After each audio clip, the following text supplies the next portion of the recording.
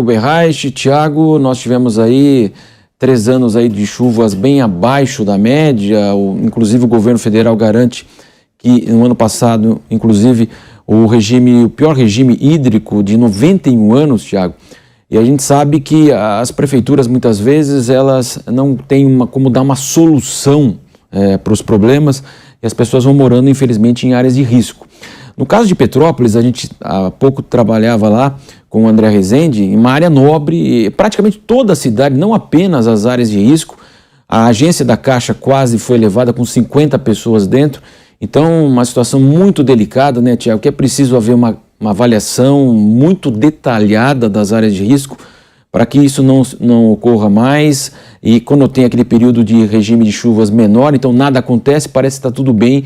E aí quando volta essa chuva de verão, nós temos toda essa situação, infelizmente, né, Tiago? Marcelo, bom dia a todos. A gente viu que em 6 horas choveu toda a expectativa do mês de fevereiro nessa região, e você falava de 2011, né? Nós estávamos aqui na Jovem Pan cobrindo a tragédia da região serrana no Rio de Janeiro em 2011, e até eu perguntei para o Rodrigo Viga mais cedo no Jornal da Manhã sobre exatamente isso, fazer uma comparação do que aconteceu em Petrópolis agora com o que houve realmente em 2011. Claro que em 2011 a situação foi muito mais trágica, quase 1.000 pessoas morreram porque a chuva forte atingiu mais regiões. No entanto, Petrópolis não tinha sofrido tanto com a chuva em 2011 como sofreu agora. E essas imagens, né, a gente que sempre acompanha enchentes, a gente recentemente acompanhou a enchente aqui em São Paulo, a gente tem imagens que praticamente ou a gente nunca viu, ou são imagens raras, né? A correnteza muito forte, e no caso de Petrópolis foi apenas as regiões de morros, de encostas, não foram só essas regiões atingidas, mas também o centro da cidade foi muito atingido. E é um drama realmente, porque as famílias se instalam nessas áreas mais afastadas, áreas de encosta, porque obviamente elas não têm para onde ir. E aí o que acontece? A gente vem acompanhando as informações de Petrópolis, indicando que as pessoas estão se recusando a deixar as casas, as pessoas que estão em áreas de risco e não foram atingidas por essa chuva, mas as pessoas se recusam, não é, Matos? Porque não tem o que fazer, essas pessoas não têm para onde ir, e aí fica esse jogo do poder público. O poder público não consegue retirar as pessoas, muitas vezes o poder público é leniente também. E só para fechar, né, Marcelo, desde 2011 para cá, o que foi feito nessa região serrana para se evitar uma tragédia como essa? E as chuvas se repetem e todo ano é praticamente a mesma coisa. O prefeito muitas vezes não tem uma alternativa a essa família, então finge que não está vendo, e daí quando tem esse problema, daí infelizmente a gente tem esse saldo extremamente negativo, mas como você disse, foi toda a cidade, não foi apenas as regiões aí mais periféricas e também mais pobres lá de Petrópolis. Vamos então agora à fala do presidente Bolsonaro, que ele sobrevoou com ministros então a região serrana do Rio de Janeiro. Vamos acompanhar então, depois ele fez um pronunciamento e também atendeu aos jornalistas, o presidente Jair Bolsonaro. Desde as primeiras horas, quando tomamos conhecimento do fato, eu estava em território russo, mas imediatamente comecei a fazer os contatos, primeiramente com o ministro da Defesa, que estava nos acompanhando nessa viagem. Ele nos informou que os militares já estavam se deslocando e tomando providência para atender de imediato as possíveis vítimas até aquele momento. Também entrei em contato com o ministro Rogério Marinho, momentos depois, que sabíamos da gravidade do assunto, que estava se agravando realmente a situação aqui. Também com o Paulo Guedes, a questão de liberação de recursos. Na noite mesmo aqui, lá madrugada, me ligou o governador Cláudio Castro, me expôs mais a par do que estava acontecendo e começamos então a trabalhar em conjunto, exatamente buscando aí minorar o sofrimento das pessoas e bem como o que poderíamos fazer de concreto a partir daquele momento. No dia de ontem esteve aqui o ministro da Saúde, o Queiroga, também rapidamente me expôs o que estava acontecendo. Entramos em contato também com o Pedro Guimarães da Caixa Econômica para ver o que ele poderia fazer para essa região. E também cumprimento aqui não só o governador, o prefeito, bem como o Corpo de Bombeiros do Estado do Rio de Janeiro, que nós conhecemos muito bem da sua pronta ação. Acompanhamos o presidente Jair Bolsonaro, ele chegou da agenda internacional. Ele esteve na Rússia, na Hungria, pousou diretamente no Rio de Janeiro e seguiu de helicóptero então para a região serrana e falou com jornalistas. E quem acompanhou tudo foi o Rodrigo Viga, fez inclusive pergunta ao presidente Jair Bolsonaro. Pois não, Viga?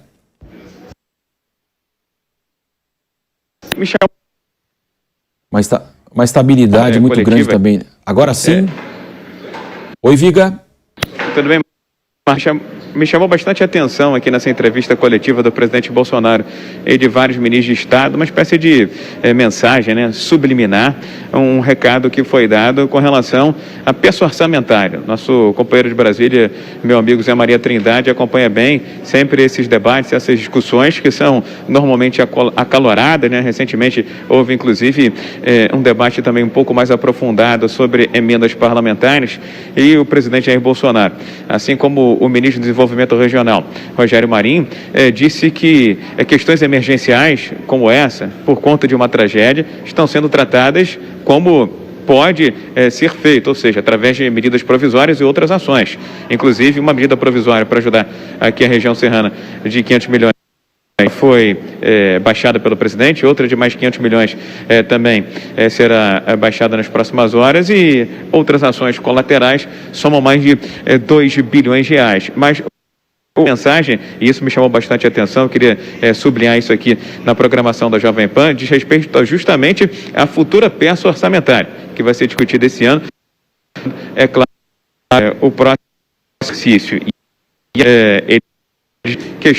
Estabilidade muito grande, né, Tiago? Claro, a cidade praticamente foi destruída, então as comunicações também, as possibilidades aí do sinal bastante complicada, mas o Viga acompanhou tudo lá em Petrópolis e trouxe também, inclusive, a coletiva do presidente Jair Bolsonaro, Tiago.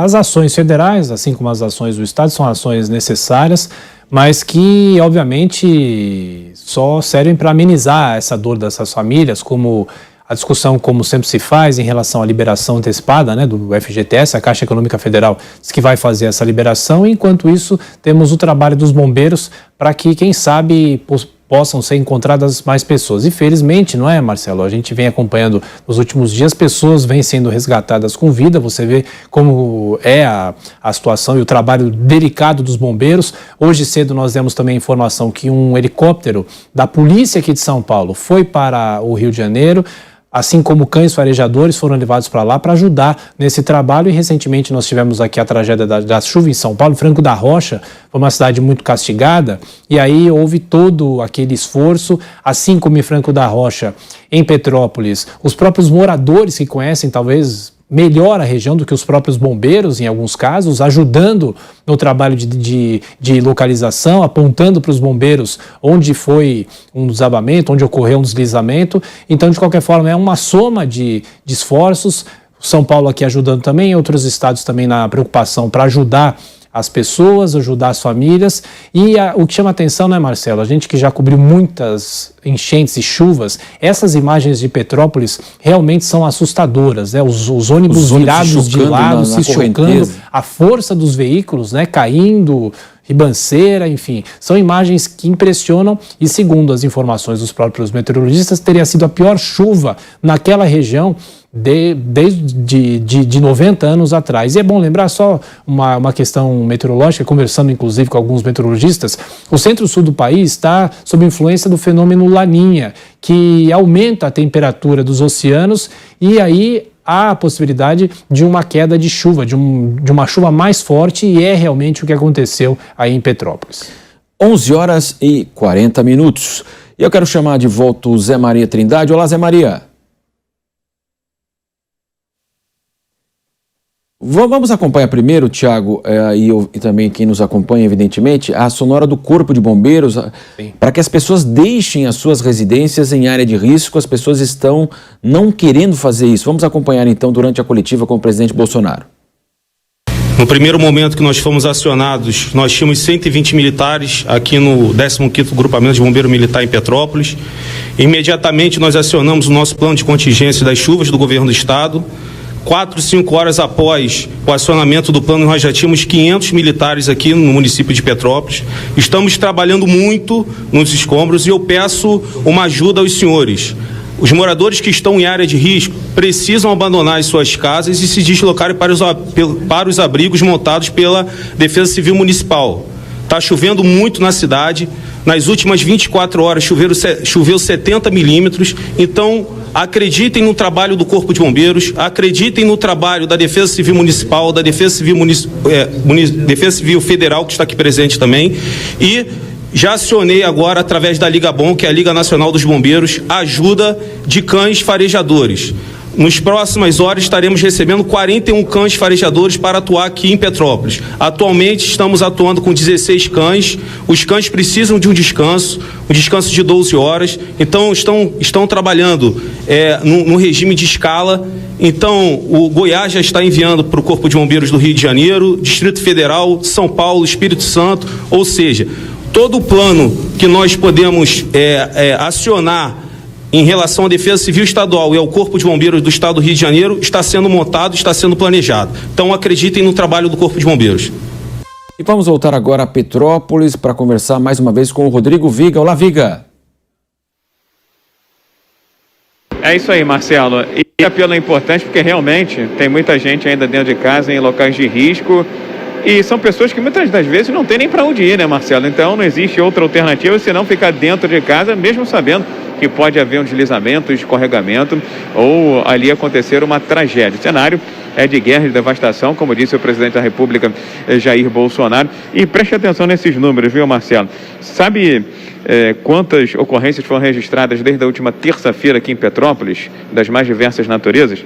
556, Marcelo, sendo 436 deslizamentos de terra. Houve 29, quase 30 pontos de alagamento e outros 88 diferentes tipos de análise e avaliações de risco. O número mais atualizado, como você bem falou, são 122 óbitos, 122 corpos levados para o Instituto Médico Legal, uma operação de guerra que está sendo montada aqui. O Corpo de Bombeiros trabalha quase que ininterruptamente. Dentro do ML, a Polícia Civil também está tentando dar celeridade ao processo burocrático para a liberação de corpos, mas, é claro, isso nunca é no ritmo, a contento, nunca é dentro da expectativa daqueles que perderam seus entes queridos ou daqueles que ainda têm a esperança, um fio de esperança de encontrar sobreviventes sobre esses escombros. Agora, só para fechar aquele raciocínio anterior, viu, Marcelo, com relação às emendas parlamentares, discussões parlamentares, ficou bem claro aqui na entrevista dada pelo ministro do Desenvolvimento Regional, Rogério Marinho, pelo presidente Jair Bolsonaro,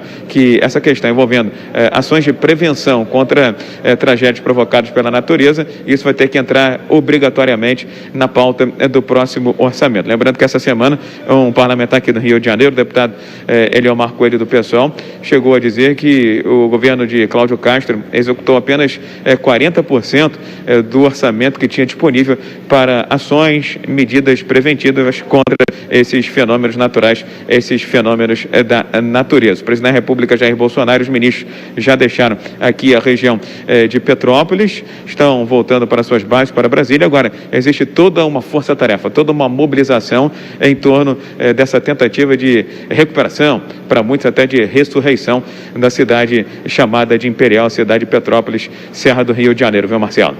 Ô Viga, deixa eu aproveitar e fazer uma pergunta para você. A informação que nós tivemos é que na segunda-feira teria havido um alerta já para as autoridades de que uma chuva estaria se aproximando, de que poderia haver uma tragédia como essa aí na cidade. Claro que a dimensão acabou sendo bem maior, mas os moradores falaram alguma coisa em relação a isso, as autoridades falaram alguma coisa em relação a isso, de um alerta já ter chegado antes e as pessoas poderiam ter sido retiradas, ou boa parte dessas pessoas, Viga? Tiago, existe uma divergência com relação a essas informações, porque moradores de áreas afetadas, principalmente, dizem que em algumas localidades aquelas sirenes de alerta não soaram. E em outras localidades, onde não há esse dispositivo, foram acionados apitos. Apito como esse de juiz de futebol, e é um mecanismo muito rudimentar, né? Muito simplório, mas às vezes é o que se tem de disponível.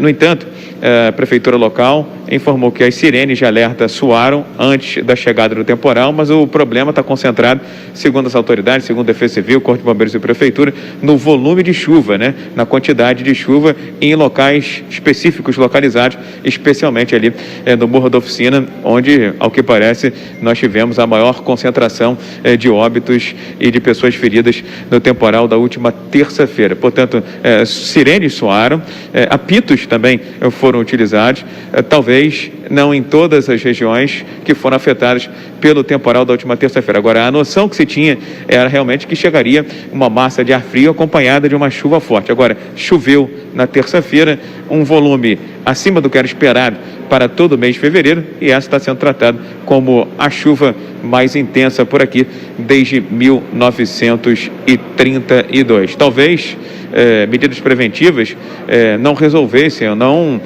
evitassem as mortes, mas poderiam eventualmente minimizar o tamanho dessa tragédia, desse estrago provocado por esse cenário de guerra, viu, Tiago? Muito bem, agora nós vamos voltar a falar com o André Ruelas para falar lá diretamente de Petrópolis também, o Viga, que está em Petrópolis e acompanhou o presidente Jair Bolsonaro. Eu queria que você falasse então qual região que você está agora, André. Boa tarde, eu estou aqui agora na conhecida Rua da Feira, que fica logo aqui perto do terminal da rodoviária aqui da Rua do Imperador, do centro da cidade de Petrópolis. E essa cena aqui, ó, são essas cercas que enfeitam a nossa cidade. A gente vê isso pela cidade inteira, totalmente, todas, praticamente, parcialmente ou totalmente destruídas. É isso e lama. Muita lama com os equipamentos e produtos de todas as lojas que tem por aqui. Aqui nós temos uma academia aqui perto, uma igreja também, que está, hoje todo mundo está aqui limpando a situação que ficou. Olha aqui, aqui tinha, ó, foi tudo arrancado, ó, não ficou nada. Ali na frente, agora foi retirado, ali na frente, que vocês podem ver, tem uma lama ali também, bem complicada, e ali tinham 3 carros que caíram no rio, que foram retirados ontem, quinta-feira, e o trator continua ali tentando retirar a lama, que é bem complicada ali naquela parte, onde a ponte se liga a outra, e ali o rio complica, e aí a lama prende ali, aperta, e é difícil de retirar, e é um lugar de atalho da cidade. Então, ficou interditado ontem pela manhã, agora que foi liberado, a rua começa a ficar mais limpa, mas o que você mais vê aqui é o Corpo de Bombeiros passando, é o carro do Exército que passou aqui agora, e 2 caminhões estavam aqui também agora, cheios de lamas, estiveram lá do Alto da Serra, que também é próximo aqui, como eu falei agora, o Corpo de Bombeiros passando novamente aqui na frente, e a lama. Infelizmente ainda, muita lama aqui na cidade. A gente está chegando aqui no local que eu falei, onde a lama aperta, tá vendo? Olha só, é bastante lama aqui ainda, nessa ponte que liga aqui a Rua da Feira, de um lado da rua ao outro. E o trator ali mais ao fundo, sozinho ainda, tentando retirar essa lama toda aqui da Rua da Feira. A gente vê normalmente um trator apenas em cada rua, porque a situação é muito complicada. Ó, aqui a gente vê uma parte, ó, da cerca que se manteve. E é só essa pequena parte. O resto totalmente, praticamente destruído por toda a cidade. Ô André, não sei se você tem condição de fazer uma comparação. A gente falava muito sobre a tragédia da região serrana do Rio de Janeiro em 2011. A cidade de Petrópolis sofreu mais agora do que em 2011? É possível fazer essa comparação? Segundo informações, em 2011, a chuva se concentrou mais em áreas mais longe, assim, mais distantes daqui do centro da cidade, como foi o caso do Vale do Cuiabá, que é bem depois da área de Itaipava, do distrito, e as principais causas daquele ano foram lá. Aqui no centro, a chuva atingiu fortes também, naquele ano de 2011, mas o que ocorreu mesmo foram as enchentes. Algumas lojas chegaram a ser invadidas pela sujeira, mas nunca com uma força como essa. O que mais causou tristeza e choque, né, nas pessoas foram os lugares que jamais foram atingidos aqui na cidade, como a Rua Barão das Águas Claras, que eu estava agora há pouco, a Rua Tereza, que não tem rio, nem perto, nem próximo, e aquelas casas que foram destruídas, existem lá há muitos, muitos anos, que foram abaixo, que era uma coisa que ninguém esperava. Esses lugares é que trouxeram mais choque para a população. É claro que também, além dos óbitos, todos os desaparecidos, que sempre ocorrem, infelizmente, aqui nessa época do verão, por causa das chuvas, principalmente em 88, 2011 e agora em 2022, que a princípio deve ser o maior número de mortes, 122 até agora. Sem dúvida, André, aquela cena impressionante dos 2 ônibus, né, os ônibus que ficaram submersos, né, eles chegaram até a se chocar, as pessoas saindo pela janela. Foi em que região da cidade? Foi perto daí onde você está nesse momento? Eu estou aqui no final da Rua do Imperador agora, e ele foi próximo à entrada, né, ao início da Rua do Imperador, na Rua Washington Luiz, que liga ao Quitandinha, a rua da cidade, aqui a Rua do Imperador, que é o centro da cidade. E esse acidente aconteceu lá, próximo a uma UPA que fica ali, que teve que ser interditada por causa do acidente, também risco de deslizamento naquela área. E os 2 ônibus, a história que chegou aqui para a gente é que eles tiveram que parar, porque é uma região que sempre alaga ali naquela situação. E o problema foi quando, um pouco à frente deles, caiu uma barreira muito grande. E aí, com essa barreira, a movimentação dos rios aumentou e não teve mais tempo deles saírem do ônibus. E aí a gente acabou vendo aquela cena lamentável. E os 2 motoristas dos ônibus acabaram sobrevivendo e deram um relato nas redes sociais sobre a situação. Eles estão muito tristes, tentaram salvar algumas pessoas, algumas deles até conseguiram, mas viram outras que realmente não resistiram. André, eu não sei se você tem essa informação, a gente sabe que Petrópolis é uma cidade que atrai alguns turistas por causa da história da família real do Brasil. As instalações do Palácio Real, você sabe se alguma coisa foi atingida? Como é que está a estrutura do palácio? Fica mais distante ou não? Que informações você tem a respeito disso? Em relação às informações aos pontos turísticos mais importantes daqui da cidade, né, o Palácio Imperial, conhecido atualmente como Museu Imperial, a princípio está tudo bem, não foi atingido só na área da entrada, onde fica a recepção, mas segue bem o museu, vai seguir fechado, né, por causa do luto da cidade, pelo menos até segunda-feira. Já o Palácio de Cristal, que também é um ponto turístico importantíssimo aqui da cidade, vem fechado há alguns anos e estava com muito buracos, já por causa das obras que estavam sendo feitas. Tinha um planejamento do ponto turístico do Palácio Cristal para ficar pronto até junho, que é quando acontece a festa mais importante da cidade, que é a festa do colono alemão, a Bauerfest, e com essa situação agora fica mais difícil das obras acontecerem e terminarem até junho. A previsão segue agora para o final do ano, até para o ano que vem. E nós vimos muitas praças que são, aqui em Petrópolis, são muitas praças aqui no centro da cidade. Temos a Praça Dom Pedro, onde fica a estátua de Dom Pedro II, e só ela, durante a enchente, estava aparecendo, porque ela fica numa altura de 5, 6 metros, embaixo dela, em volta dela, tudo ficou cheio de enchente, assim também como a Praça da Águia, todas as duas ali próximas à Rua do Imperador. Exatamente, né, André? Você mostrava há pouco aí a quantidade de lama acumulada, então agora há o restabelecimento do trânsito aí na região, mas como você disse, né, a cidade, evidentemente, as pessoas buscam aí questões essenciais como alimentação, água, né, nesse momento. O restabelecimento da energia já aconteceu, há muitos bairros ainda sem energia. Como é que está a vida de quem está nesse momento em Petrópolis?